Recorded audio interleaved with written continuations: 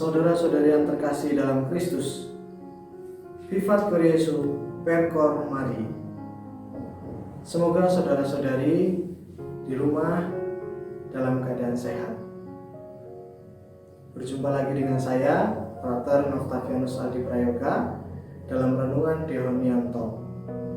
Semoga saudara-saudari sudah membaca Injil hari ini dari Injil Markus bab 12 ayat 24-32 yang bertemakan tentang kedatangan anak manusia.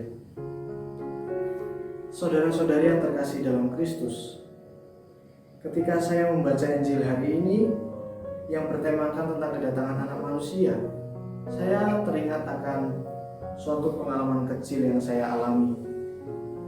Suatu waktu di perempatan jalan raya, saya berjumpa dengan seorang pengemis yang sedang meminta-minta.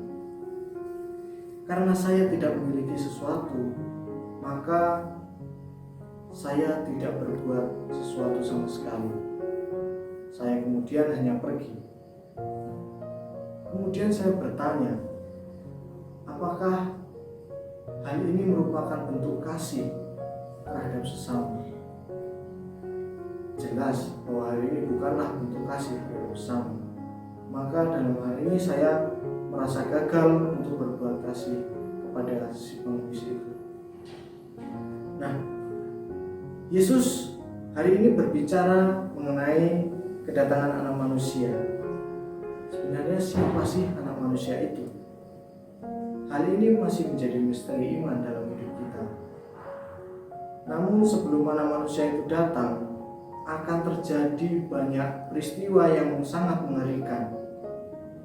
Matahari akan menjadi gelap, siksaan-siksaan berat itu akan terjadi. Bulan tidak lagi bercahaya, bintang-bintang berjatuhan, dan kuasa langit juga akan goncang. Dan pada waktu itu orang-orang akan melihat anak manusia. Nah, setelah peristiwa-peristiwa itu, anak manusia itu akan datang. Semua orang akan dikumpulkan dari segala ujung bumi.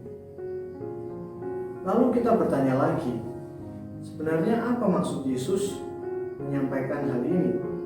Menyampaikan tentang suatu peristiwa yang mengerikan yang akan terjadi sebelum kedatangan anak manusia. Nah,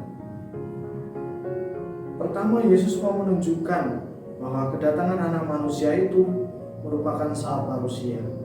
Memang Yesus tidak secara eksplisit menyampaikan tentang parusia, kata parusia itu.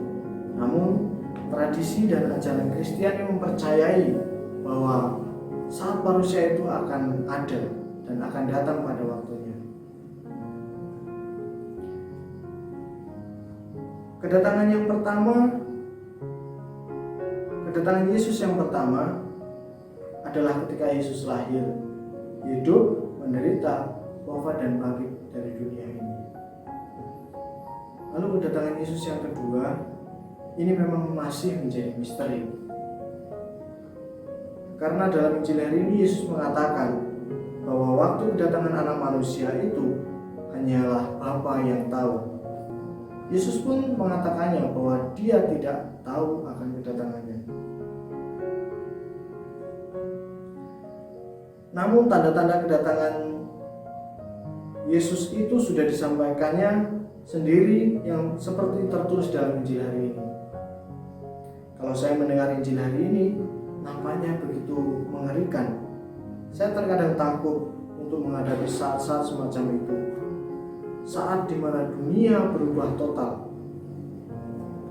Ketakutan itu kemudian membuat saya bertanya, mengapa saya takut dengan hal-hal itu, sedangkan hal itu belum terjadi dalam hidup saya? Nah, sebenarnya yang dituntut oleh Yesus adalah sikap kita di dunia ini sebagai persiapan di mana kita akan menghadapi saat Yesus datang untuk kedua kalinya. Kita diundang untuk menjalani hidup yang penuh dengan makna. Kita diundang juga untuk banyak-banyak berbuat kasih sebagai persiapan kita menghadapi saat akhir yang belum tahu kapan akan terjadi itu. Maka saya mengundang kita semua untuk segera berbuat kasih sebanyak-banyaknya ketika kesempatan itu datang. contoh pengalaman saya di atas tadi bukanlah contoh yang ideal untuk kita tiru bersama. Nah, saya merasa gagal untuk berbuat kasih kepada sesama. Saya kehilangan kesempatan. Saya kurang berterima kasih kepada si pengemis itu. Namun karena Tuhan senantiasa memberi kesempatan untuk berbuat kasih, maka saya mencoba untuk segera berbuat kasih sebanyak-banyaknya. Semoga hidup kita hari ini selalu dinaungi oleh kasih karunia Allah, dan supaya kita juga dimampukan untuk berbuat kasih kepada banyak orang, dan supaya kita juga diliputi dengan kasih karunia itu. Tuhan memberkati.